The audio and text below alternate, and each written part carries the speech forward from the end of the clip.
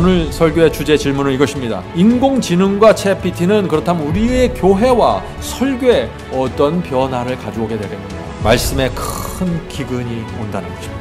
사람들은 점점 더 인공지능과 챗GPT에 의존하게 될 것입니다. 성경 지식과 신앙에 대한 질문을 인공지능에게 물어볼 것입니다. 성도 여러분, 잊지 마세요. 진리를 인터넷 검색해서 찾으려고 하는 분들은 굉장한 도박을 하고 있는 것입니다. 미분, 적분, 물리, 화학 이런 거는 인공지능과 인터넷에서 정확한 답을 찾을 수 있습니다. 그런데 성경의 진리는 아닙니다. 왜 그럴까요? 이 인공지능이나 인터넷이라는 것은 현재 올라와 있는 내용을 조합해서 내게 제시하는 것입니다. 근데 현재 인터넷에 올라와 있는 내용들이 뭐예요?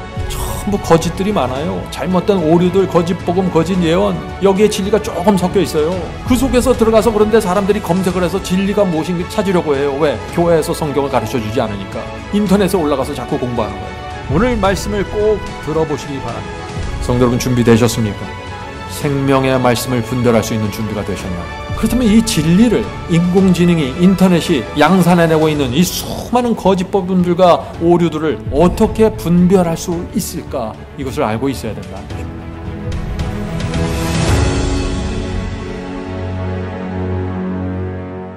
오늘 저는 이 마지막 시대에 우리가 또 살펴봐야 할 하나의 징조를 또 살펴보도록 하겠습니다. 저는 예수께서 이 시대에 꼭 오셨으면 하는 간절함을 갖고 삽니다. 그냥 제 간절함일 뿐 아니라 이 시대와 상황이 돌아가는 모든 것들이 우리에게 그것을 말해주고 있기 때문이죠. 재림신앙은 제 신앙의 중요한 동력 중에 하나입니다. 성도 여러분, 여러분이 재림신앙으로 들어오시길 제가 초청합니다. 이 재림신앙 속으로 들어오면은 인생의 모든 고민으로부터 해방됩니다.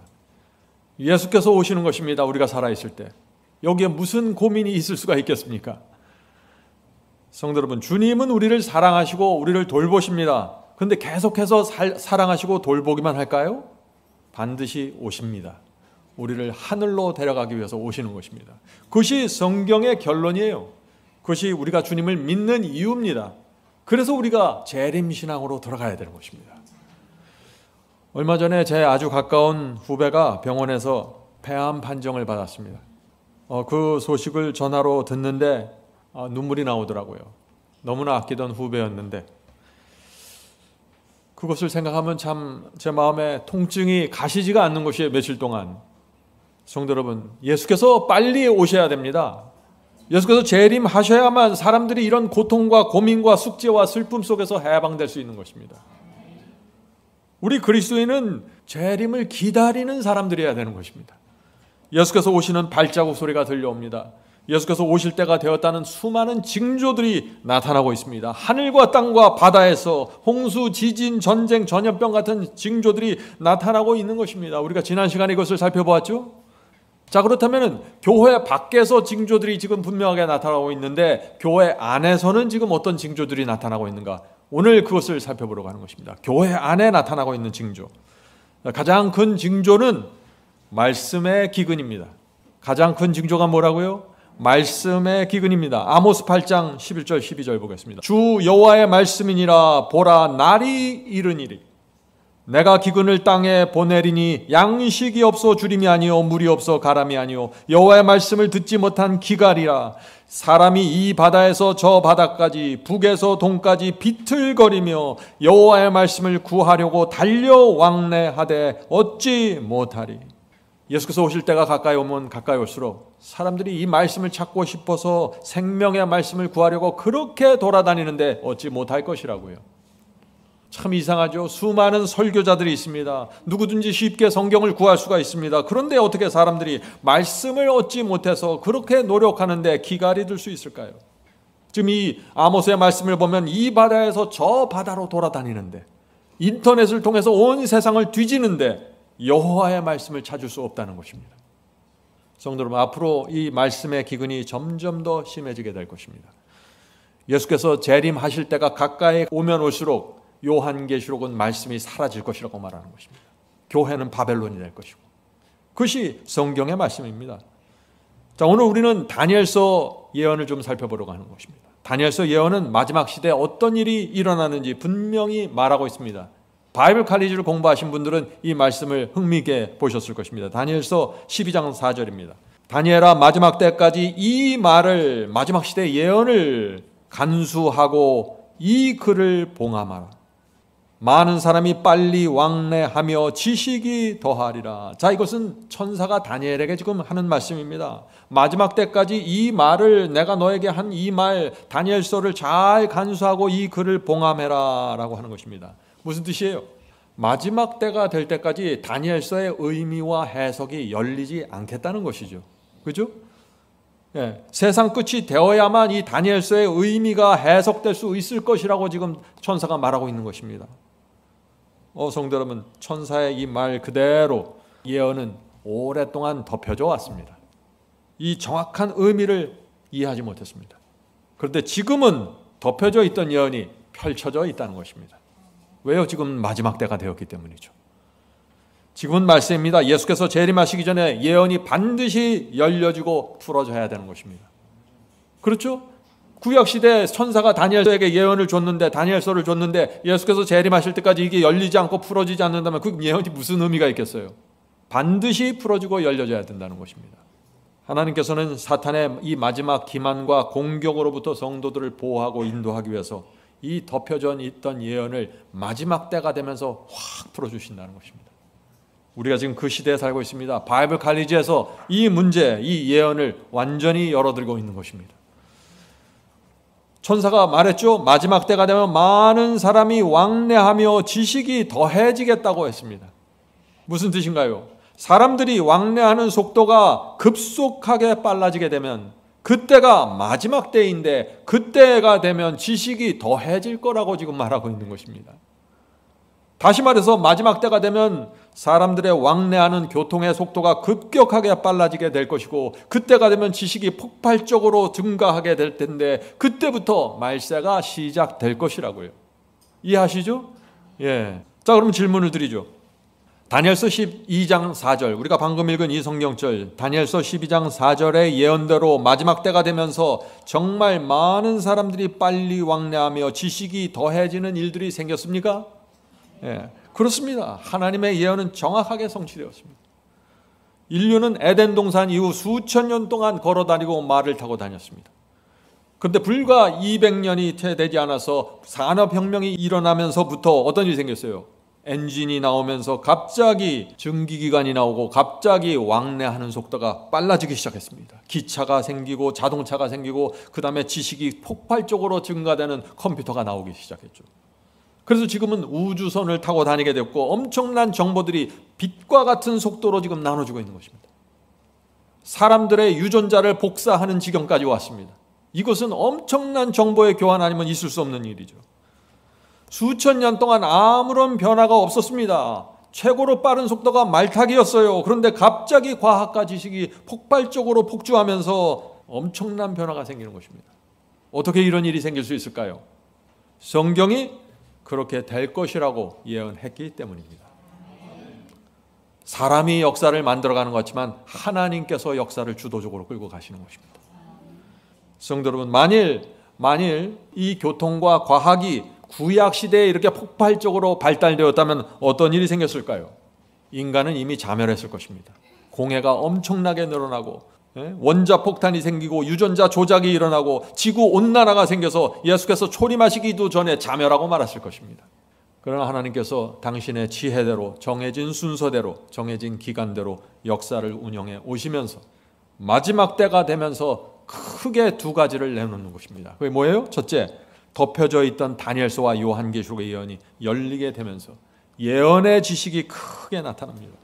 사람들이 그리스도의 재림을 준비할 수 있게 해주시는 것입니다. 사탄의 기만과 공격이 무엇인지 정확하게 볼 수 있도록 예언서가 열려버리는 것입니다.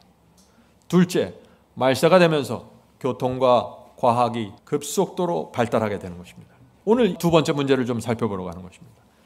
과학이 산업혁명 이후로 꾸준히 발전해 오다가 10여 년 전부터 전혀 다른 차원의 과학이, 이 공학이 생기기 시작했습니다. 그것이 인터넷이죠. 인터넷 회사들이 지금은 세상을 지배하게 된 것입니다. 세상을 지배하는 10대 회사들은 다 인터넷과 깊이 연결된 회사들이에요. 무슨 빵을 만들고 기계를 만드는 회사들이 아닙니다. 그런데 이 세계를 지배하고 있는 이 10대 회사들이 지금 가장 집중하고 있는 것이 뭐예요? 인공지능입니다. 인공지능을 지배하는 회사가 세계를 지배한다고 다들 말하고 있는 것입니다.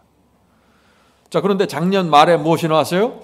작년 말에 별로 이름도 없던, 전 처음 들어봤습니다. 오픈 AI라는 회사에서 챗 GPT를 내놓은 것입니다. 세상을 뒤집어 놨습니다. 구글, 애플, 아마존 같은 세계적인 회사들이 크게 당황했어요. 미국의 어떤 신문들 보면 이제 구글이 무너질 수 있다라고 그런 기사를 썼어요. 챗 GPT가 나오면서 말이죠. 이름도 없는 이 회사에서 만든 것. 미국의 경제 전문지 패스트 컴퍼니에서 이렇게 발표했습니다. 이 세계에서 가장 혁신적인 기업의 순위를 발표하면서 오픈 AI를 1위로 꼽아놨어요. 처음 듣는 회사입니다. 그래서 사람들이 챗 GPT가 뭔가 정말 지난 몇 달 동안 굉장한 많은 사람들이 여기에 집중했습니다. 여러분들 중에 누구든지 오픈 AI 웹사이트가 있어요. 여기 찾아가면 이 세상에 존재하는 거에 대해서 뭐든지 다 질문할 수 있어요. 질문하는 대로 대답해 줍니다. 그 웹사이트에서. 전에는 어떻게 했어요? 전에는 구글이나 네이버에 가서 우리가 검색하면 쭉 파일들이 나오죠. 정보들이 나오죠. 그 하나하나 클릭해서 들어가면서 내가 다 확인했어야 돼요. 그런데 이제는 그렇게 하는 것이 아니라 챗 GPT가 다 검색을 해서 다 정리해서 내 앞에 딱 내놓는 것입니다. 그런 사람들이 얼마나 좋아하겠어요. 그래서 이 챗 GPT 이것이 나오면서 유튜브나 넷플릭스나 그동안 발전되어 온 그 플랫폼 어떤 것보다도 가장 빠른 속도로 지금 구독자 수가 올라가고 있는 것입니다. 지구 역사 최초의 구독자를 빠른 속도로 지금 늘려가고 있는 것이에요. 사람들이 그만큼 관심을 집중하고 있는 것입니다. 그래서 이 학생들도 챗 GPT가 하는 것입니다. 여기서 숙제를 해주니까요. 다 해줘요.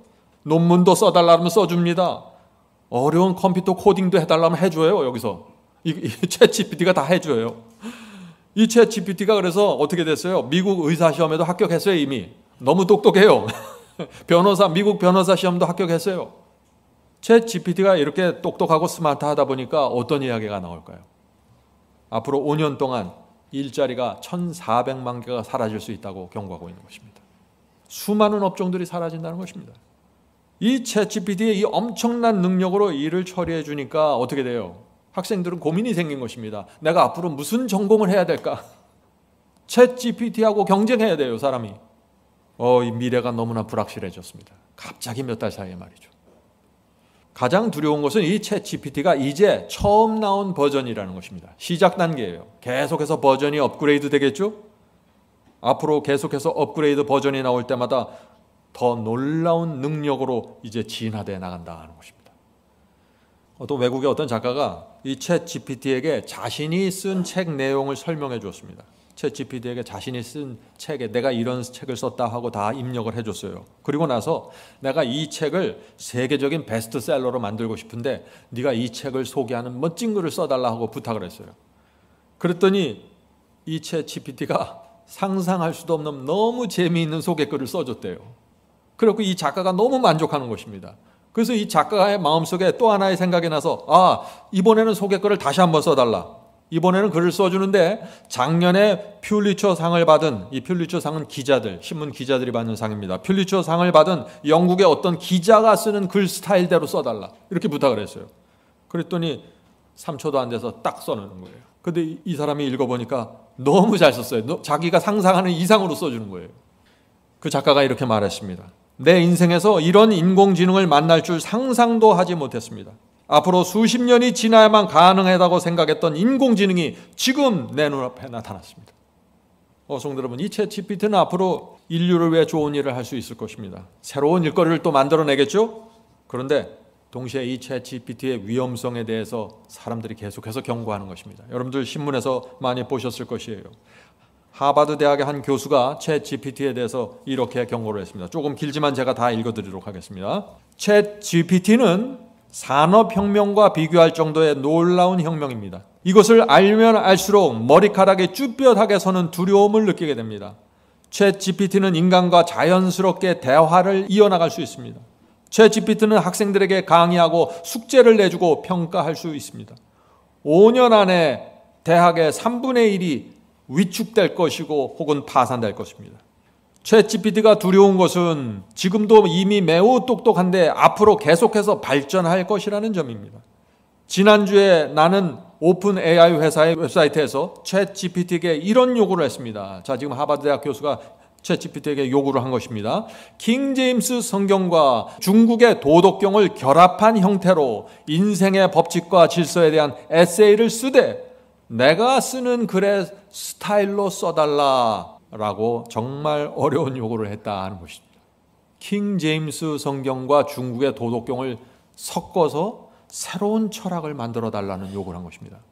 이것은 박사학위 논문을 준비해도 몇 년을 준비해야 나올까 말까 한 거죠.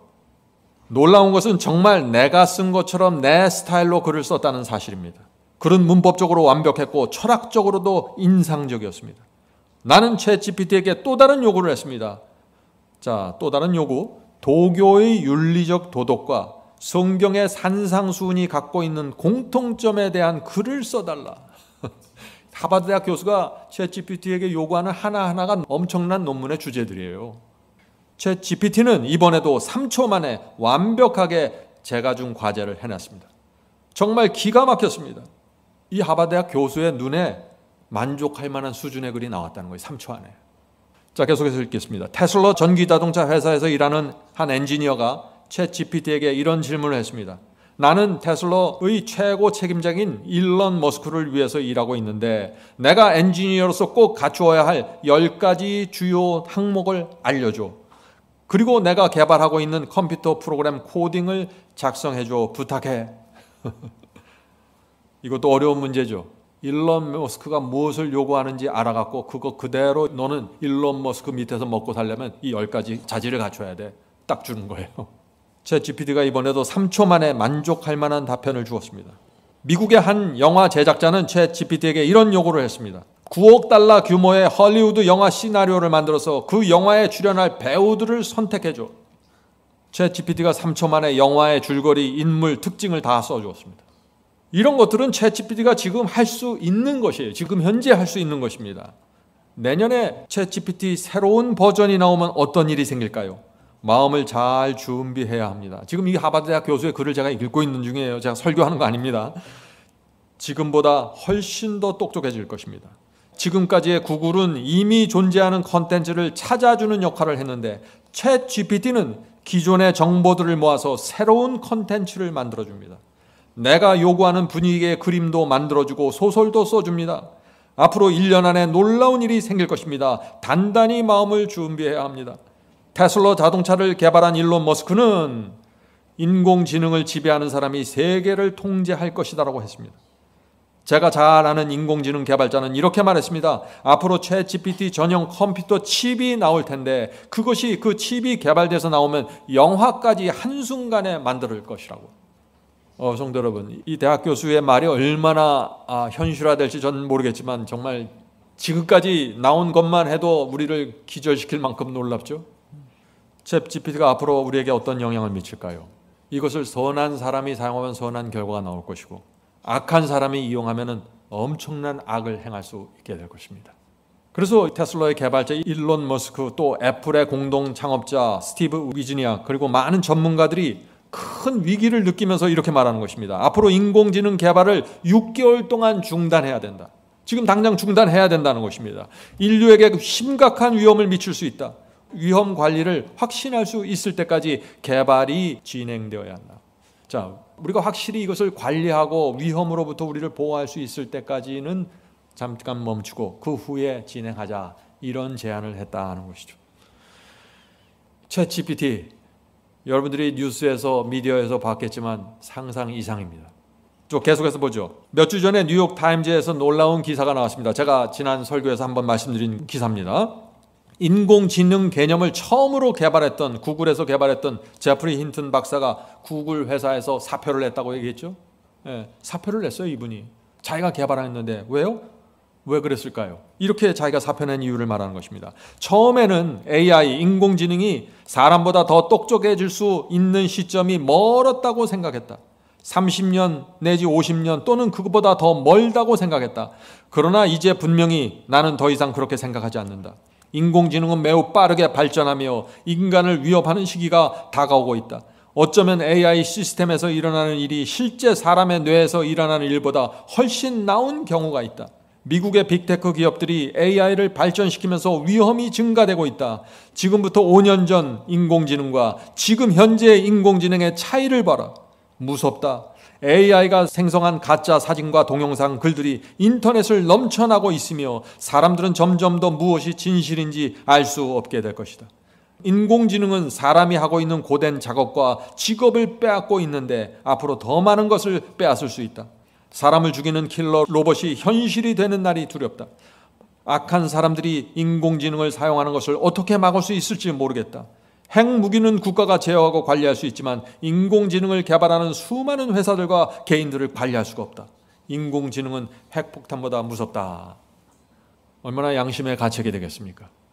앞으로 이 세상에 혼돈의 시기가 오는 것입니다. 상상할 수 없는 변화가 생길 것입니다.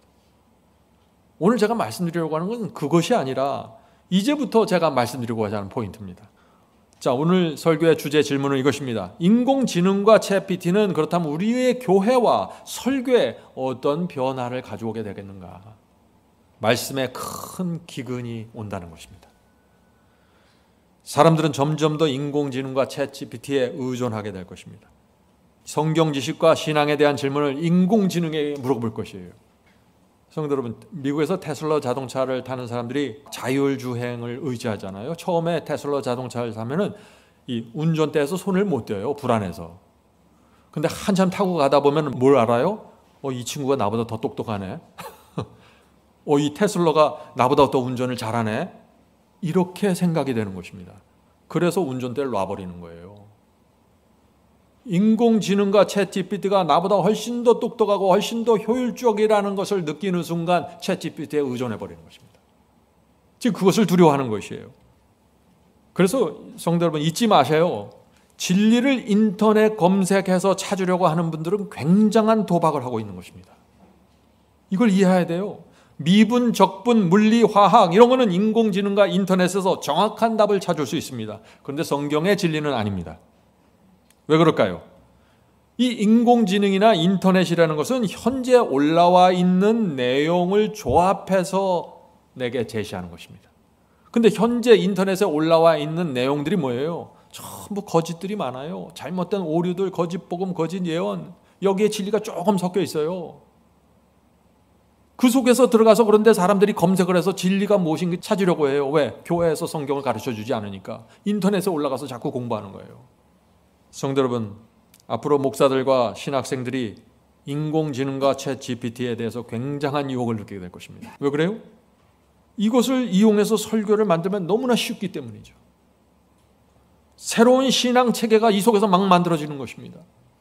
이미 시작되었습니다. 이미 시작되었어요. 이것이 유튜브에 올라가 보세요. 이미 이 챗GPT를 이용해서 설교를 만들어내고 어떤 신앙적인 체계를 만들어내는 그런 시도들을 논쟁하고 있는 것입니다. 자, 질문을 드립니다. 앞으로 점점 더 많은 설교자들이, 목사들이 인공지능과 챗GPT로 설교를 만들어낼 것이고, 인공지능은 기가 막힌 조합으로 전혀 새로운 개념의 설교를 만들어줄 것입니다.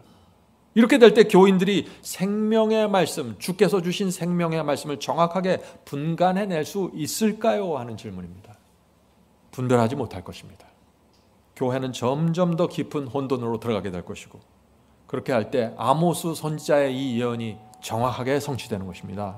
자, 아모스 8장 11절 12절 다시 읽어보죠. 주 여호와의 말씀이니라. 보라, 날이 이를지니 내가 기근을 땅에 보내리니 양식이 없어 주림이 아니요 물이 없어 가람이 아니요 여호와의 말씀을 듣지 못한 기갈이라. 사람이 이 바다에서 저 바다까지 북에서 동까지 비틀거리며 여호와의 말씀을 구하려고 달려 왕래하되 얻지 못하리니. 성도 여러분, 이런 말씀의 기근이 온다는 것입니다.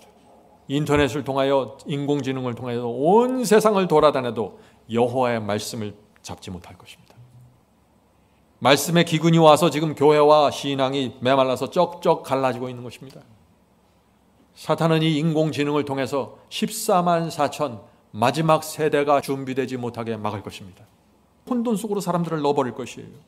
온갖 거짓 복음과 거짓 예언들이 쏟아져 나올 것입니다. 그런데 수억 개의 자료와 수억 개의 신학과 수억 개의 성경 해석들을 조합해서 인공지능이 만들어서 여러분 앞에 내주는 거예요. 여러분이 듣도 보도 못한 것들이 나올 것입니다. 이것을 어떻게 분별해야 될까요? 어떤 분들은 그런데 인터넷이 이렇게 돌아가고 있는 것도 모르고 인터넷에 올려져 있는 어떤 글과 영상을 보고 저에게 막 항의하는 분들이 많아요. 가끔씩 인터넷에 보니 뭐 앤드류 강이 어떻고 마지막 상이 어떻다고 하는데 어떻게 그럴 수가 있습니까? 정말 답답해요. 그건 누가 쓴지도 모르고 어떤 의도로 쓴지도 모르고 전혀 배경을 모르는데 어떻게 그렇게 잘 믿는지 모르겠어요. 저는 그런 분들에게 이런 질문을 드리고 싶습니다. 이 질문은 중요합니다. 만일 1세기에 인터넷이 있었다면 사람들이 예수님에 대해서 검색했을 때 어떤 결과가 나왔을까요? 인터넷에서 예수님을 메시아라고 지지해 주었을까요? 어떻게 생각하세요?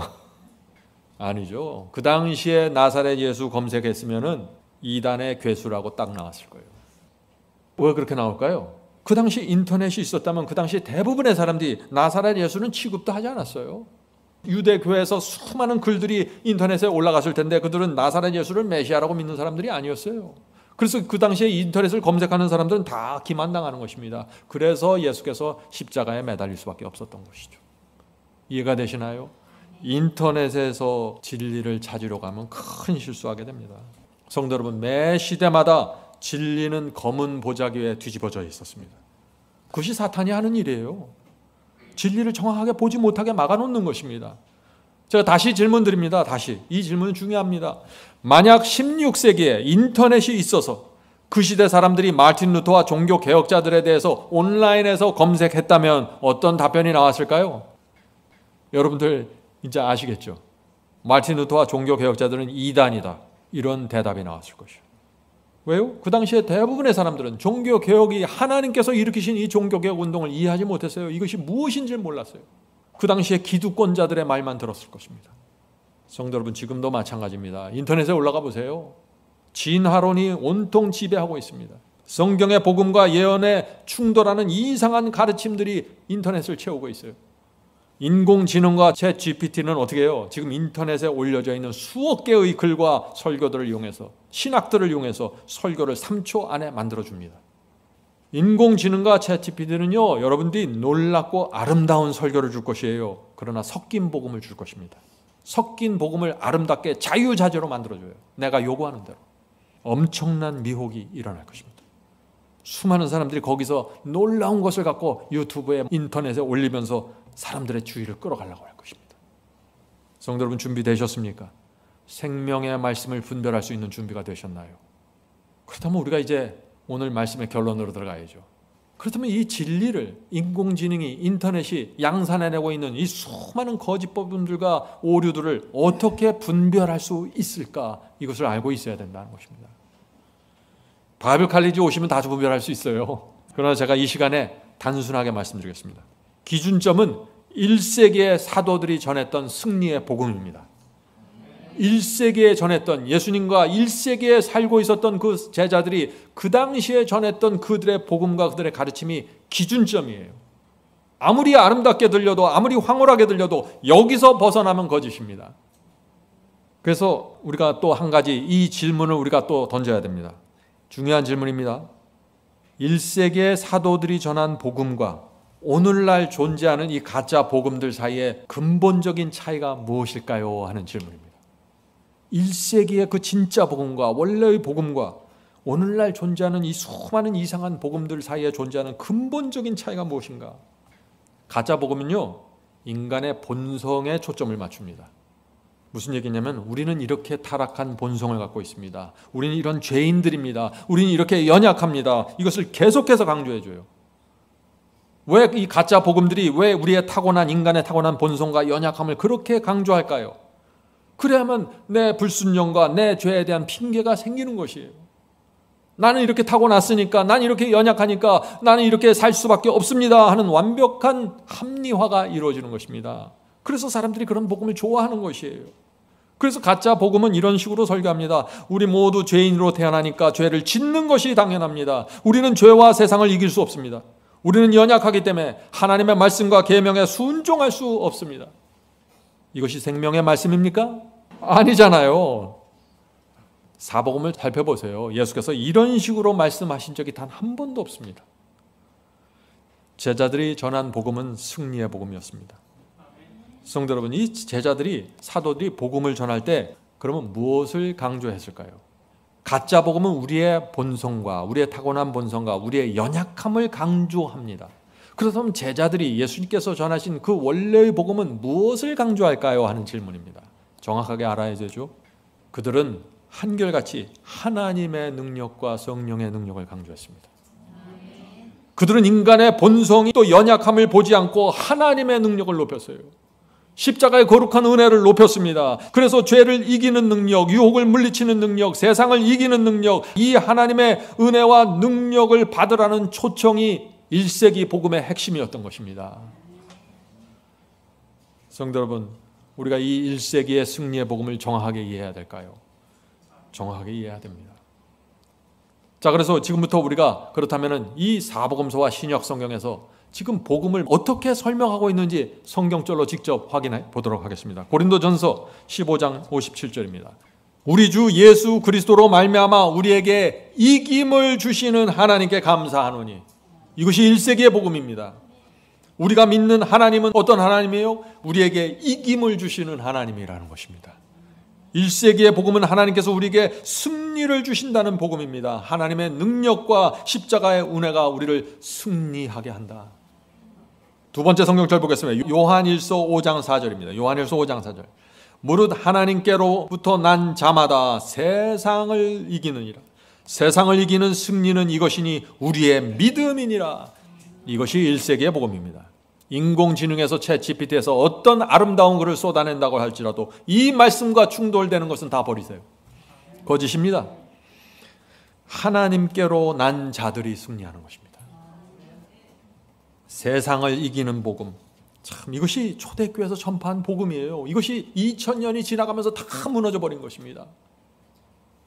자, 베드로전서 2장 21절부터 22절 킹제임스 성경으로 보겠습니다.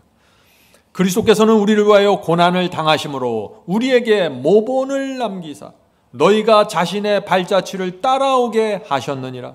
그분께서는 죄를 짓지 아니하시고 입에 교활함도 없으시며. 이것이 1세기의 복음입니다. 1세기의 복음이 뭐예요? 주님은 우리의 모본이라는 것입니다. 어떤 사람이 모본이 아니라, 누가 모본이 아니라 주께서 내가 따라가야 될 모본이라고 말하는 것이에요. 그분의 발자국을 따라가라고 말하고 있는 것입니다. 이것보다 낮은 수준의 복음은 가짜라는 것입니다. 여러분들 정확하게 보십니까? 제가 무엇을 말하고 있는지. 자, 계속해서 히브리서 보죠. 히브리서 12장 14절 보겠습니다. 모든 사람과 더불어 화평함과 거룩함을 이기라. 이것이 없이는 아무도 주를 보지 못하리라. 이것이 1세기의 복음입니다. 성도 여러분, 우리는 용서해주고 용서받아야 되는 존재입니다. 어떤 한 사람이라도 용서하지 않는 사람이 있으면 안 됩니다. 모든 사람과 화평을 나누세요. 아무도 이것 없이는 주를 보지 못할 것이라고 했어요. 히브리서가. 타협하지 마세요. 말씀을 타협하지 마세요.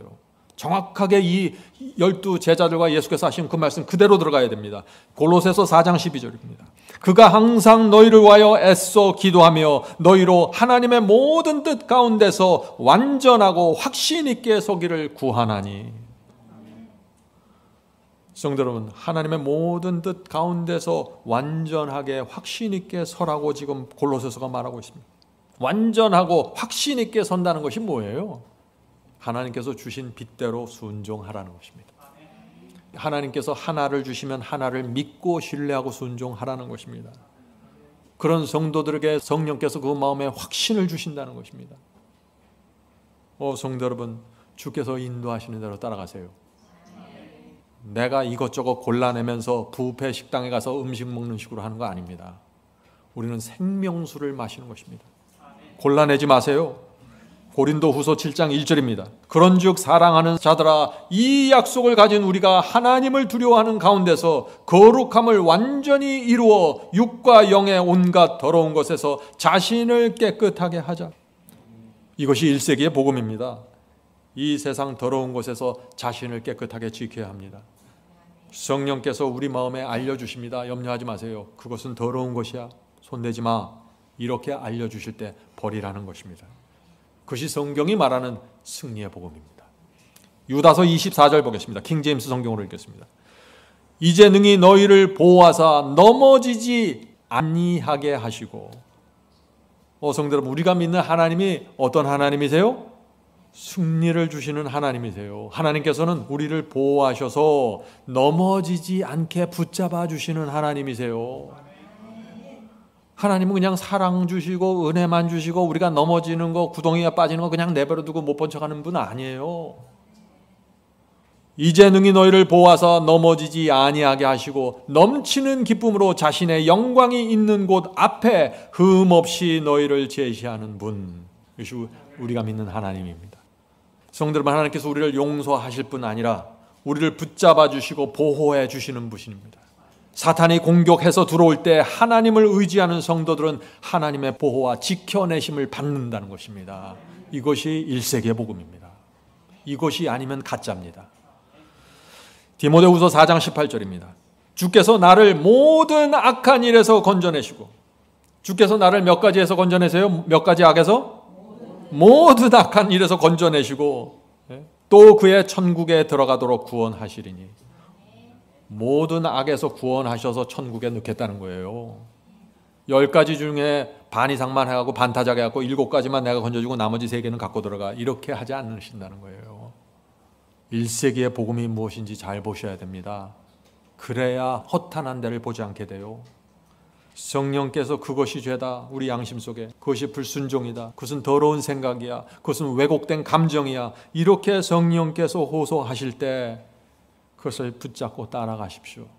그것이 건짐받는 경험입니다. 이것이 1세기의 승리의 복음입니다. 성도 여러분, 우리가 죄를 갖고 하늘 예루살렘 성문을 들어갈 수 있을까요? 여러분들 마음속에 어떤 죄를 갖고 어떤 불순종을 갖고 하늘 예루살렘에 들어갈 수 있다고 생각하십니까? 10계명 중에 어떤 계명을 범하면서 내가 하늘 예루살렘 성에 들어갈 수 있다고 생각하십니까? 그럴 수 없어요. 아시잖아요. 성경이 바로 그것을 말하고 있다는 것입니다. 요한계시록 21장 27절 보겠습니다. 요한계시록 21장 27절. 무엇이든지 속된 것이나 가증한 일 또는 거짓말하는 자는 결코 그리로 들어가지 못하되. 그리가 어디예요? 하늘 예루살렘 성입니다. 오직 어린 양의 생명책에 기록된 자들만 들어가리라. 얼마나 분명합니까? 불순종을 고집하고 죄를 붙잡고 고집하고 있는 자는 하늘에 들어갈 수 없다는 것입니다. 부족해서 쓰러지고 넘어지고 죄를 질 수는 있어요. 범할 수는 있습니다. 그러나 그것을 고집할 수는 없다는 것입니다. 누구도 고집할 수 없습니다. 하늘에 들어가는 자들 중에. 죄를 범해서 구원을 잃어버리는 게 아니라 죄를 고집해서 구원을 잃어버리는 것입니다. 죄를 범한 자들은 다 십자가 앞에 나가 용서받고 회개하고 새 마음을 받아야 되는 것입니다. 고린도후서 11장 3절 보겠습니다. 사도들이 어떤 복음을 전하고 있는가 잘 보세요. 뱀이, 에덴 동산에서 그 뱀이 그 간계로 하와를 미혹한 것 같이 너희 마음이 그리스도를 향하는 진실함과 깨끗함에서 떠나 부패할까 두려워하노라. 아담과 하와가 뱀에게 미혹당해서 무너진 것 같이 너희 마음이 그렇게 미혹당해서 부패하고 세속적이 될까, 깨끗함을 잃어버릴까 내가 두려워하노라. 이것이 1세기의 복음입니다. 성도 여러분, 1세기의 복음을 정확하게 붙잡고 있어야 돼요. 우리가 주님을 따를 때 진실함과 깨끗함으로 따라야 된다는 것입니다. 몇 가지 교리 해석 알고 몇 가지 성경절 해석 안다고 해서 되는 것이 아니에요. 하나님의 말씀과 생명의 말씀이 내 속에 들어와서 성령의 역사가 이루어지면서 순결한 마음을 갖게 되는 것입니다. 요한일서 3장 5절부터 9절입니다. 킹제임스 성경으로 보겠습니다. 누구든지 그분 안에 거하는 자는 죄를 짓지 아니하나니. 요새 이렇게 설교하는 사람이 어디 있어요? 누구든지 그리스도 안에 거하는 자는 죄를 짓지 않을 거야. 이렇게 설교하는 거예요. 지금 사도 요한이에요. 주님 안에 거하는 자는 알면서 의도적으로 죄를 짓지 않게 됩니다. 내가 그리스도 안에 있다고 하면서 죄를 고집하는 것 가짜입니다. 그럴 수가 없는 것입니다. 내가 그리스도 안에 있다면 말이죠. 계속해서 읽어보죠. 누구든지 그분 안에 거하는 자는 죄를 짓지 아니하니 누구든지 죄를 짓는 자는 그분을 보지 못하고 알지도 못하였느니라. 자녀들아, 아무도 너희를 미혹하지 못하게 하라. 의를 행하는 자는 그의 의로우심과 같이 의롭고 죄를 범하는 자는 마귀에게 속하나니 마귀는 처음부터 죄를 짓느니라. 누구든지 하나님에게서 난 자는 죄를 범하지 아니하나니 이는 그분의 씨가 그 속에 머물러 있기 때문이라. 그는 하나님에게서 났으므로 죄를 지을 수 없느니라. 이것이 1세기의 복음입니다. 승리의 복음이죠. 아담과 하와가 에덴 동산에서 선악과를 따먹으면서 나는 여전히 그리스도 안에 있습니다. 하나님은 사랑이시죠. 이렇게 주장할 수 있어요, 없어요? 그렇게 주장하지 못했다는 것입니다. 그것이 지금 사도 요한이 말하고 있는 것이에요. 왜요? 선악과를 따먹기 전에 아담과 하와의 마음속에 성령께서 역사하셨어요. 하나님께서 따먹지 말라고 했잖아. 넌 알고 있잖아. 너 하나님의 편에 설래? 사탄의 편에 설래? 반드시 우리가 불순종하고 죄를 범하기 전에 성령께서 내 속에 역사하셔서 나를 인도하려고 최선을 다하신다는 것입니다. 그것을 거적하고 대적하는 사람들이 결국은 불순종과 죄로 넘어가게 되는 것이죠. 그래서 하나님 안에 있는 자는 죄를 범할 수 없다고 말하는 것이에요. 자, 마태복음 22장 37절 이제 예수님의 말씀 들어보죠. 예수께서 이르시되 내 마음을 다하고 목숨을 다하고 뜻을 다하여 주 너의 하나님을 사랑하라 하셨으니. 성도 여러분, 이런 신앙이 가능합니까? 가능하죠. 두 주인을 섬기면 안 됩니다. 한 주인을 섬기면 이것이 가능해지는 것입니다. 내 주인은 하나입니다. 나는 한 주인을 섬깁니다. 그래서 내 주인 대신 하나님께 내 마음과 생애를 드리겠습니다. 이것이 사복음과 제자들이 전한 복음이라는 것이에요. 여기에 다른 것들이 들어올 수가 없다는 것입니다. 고린도후서 10장 6절 보겠습니다. 너희의 복종이 굴복입니다. 영어로 surrender입니다. 너희의 복종이 굴복이 완전하게 될 때 모든 복종하지 않는 것을 벌하려고 준비하는 중에 있노라. 그리스도의 진리와 그리스도의 십자가 앞에 내가 엎드려 있는데 거기서 하나님께 굴복하지 않는 것을 마음에 품고 있을 수 있다고요? 아니라고요. 그럴 수 없다고요. 그래서 하나님 앞에 나가는 자들은 그 굴복이 완전하게 되는 것입니다. 완전하다는 건 뭐예요? 완벽을 얘기하는 거 아니에요. 성령께서 내게 지시하고 알려주시는 그 범위 안에서 내가 굴복한다는 것입니다. 당연하죠. 1세기의 복음이 무엇인지 잘 보세요. 하나님께서 우리에게 완전한 굴복을 요구하십니다. 그건 뭐예요? 두 주인을 섬기지 말라는 거예요. 왔다 갔다 하지 말라는 거예요. 너희가 값진 진주를 발견했으면 기쁨으로 돌아가서 모든 것을 팔아서 그 진주를 사지 않니?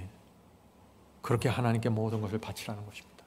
밭을 갈다가 값진 보물을 발견했으면 너희들이 기쁨으로 돌아가서 모든 것을 팔아서 그 밭을 사지 않니? 그렇게 그리스도와 복음을 위해서 기쁜 마음으로 너희 자신을 드리라 하는 것입니다. 이것이 성경이 말하는 완전입니다. 완전한 굴복입니다. 억지로 굴복하는 게 아니에요.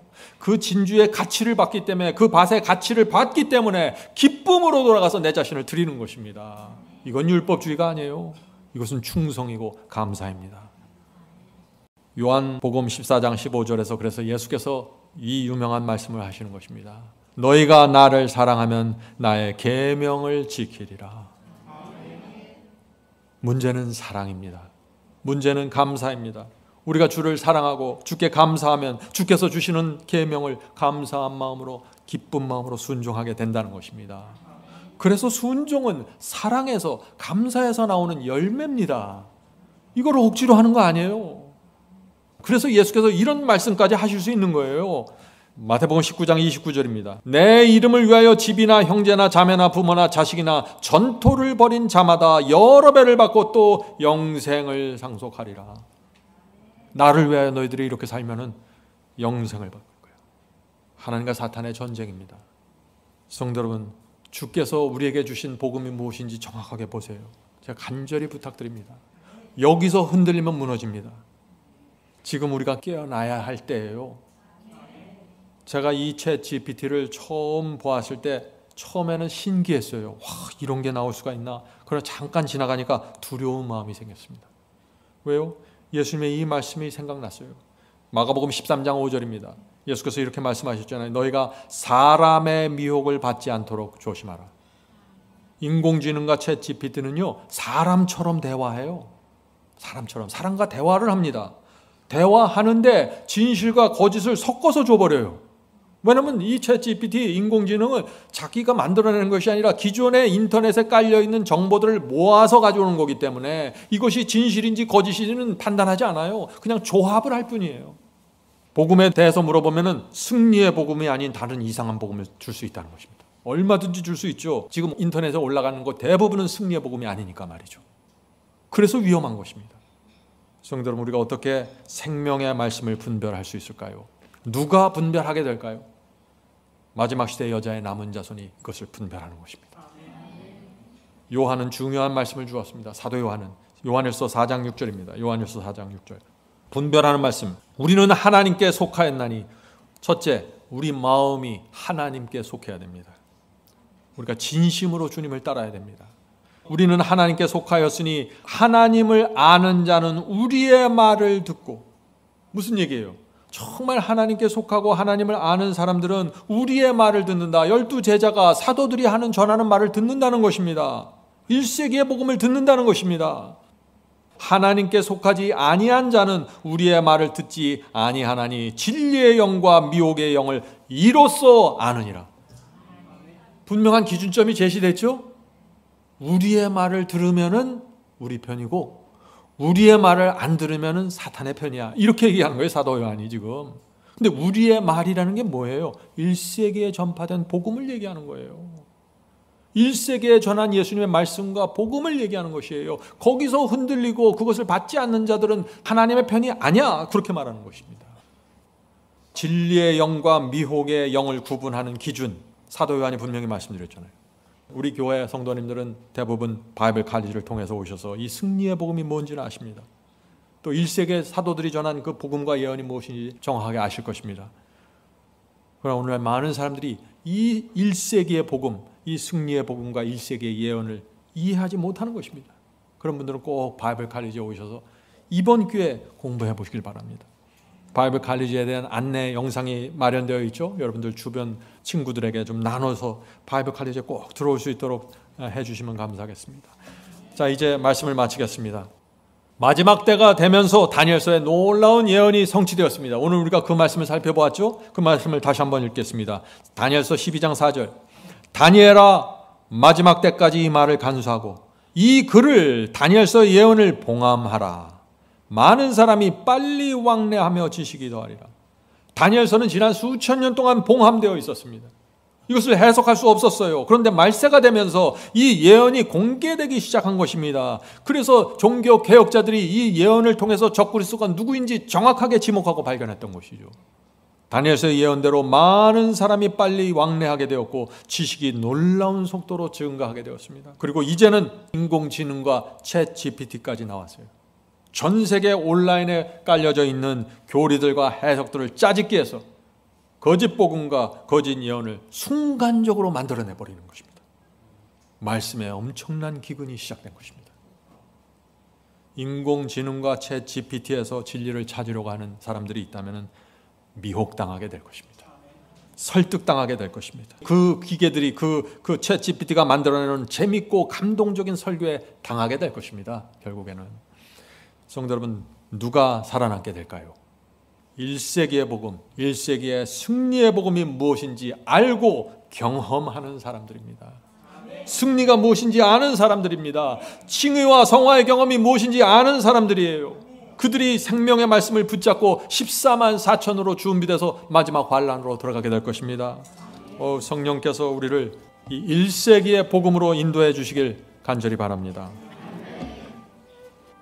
하늘에 계신 저희들의 아버지, 저희가 정말 부족하고 어둠 속에 있었지만은 주께서 기이한 섭리를 통해서 저희를 생명의 말씀으로 인도해 주셔서 감사합니다. 저희의 눈길을 1세기에 전파되었던 그 복음으로 돌리게 해주셔서 감사합니다. 주여, 저희가 이 세상에 허탄한 것들을 쫓지 않고 주께서 또 12 제자가 피로써 전폐한 그 승리의 복음으로 들어갈 수 있도록 축복해 주시옵소서. 저희가 이 세상을 살 때 저희 자신을 바라보지 않고 하나님을 의지하고 하나님을 붙잡고 살 수 있도록 축복해 주시옵소서. 어떤 어려움과 고난과 시련이 있을지라도 주 날개 밑에 들어가서 쉬는 그 의의 경험을 이해할 수 있도록 도와주시옵소서. 하늘에 계신 아버지, 예수께서 오시는 날이 가까이 오면 올수록 이 세상에 재난이 있고 참 어렵습니다. 그러나 저희가 이럴 때일수록 주 안에 거하는 경험을 갖게 해 주시옵소서. 하나님께서 주신 진리의 말씀 그대로 붙잡고 그 속에서 평안을 누리는 신앙을 배우게 허락해 주시옵소서. 오늘 예배에 참여한 성도들에게 함께하여 주시고 그 각 사람이 필요한 것들을 주여 공급해 주셔서 흔들리지 않고 이 길을 걸어갈 수 있도록 붙잡아 주시옵소서. 예수님의 이름으로 간절하게 기도드립니다. 아멘.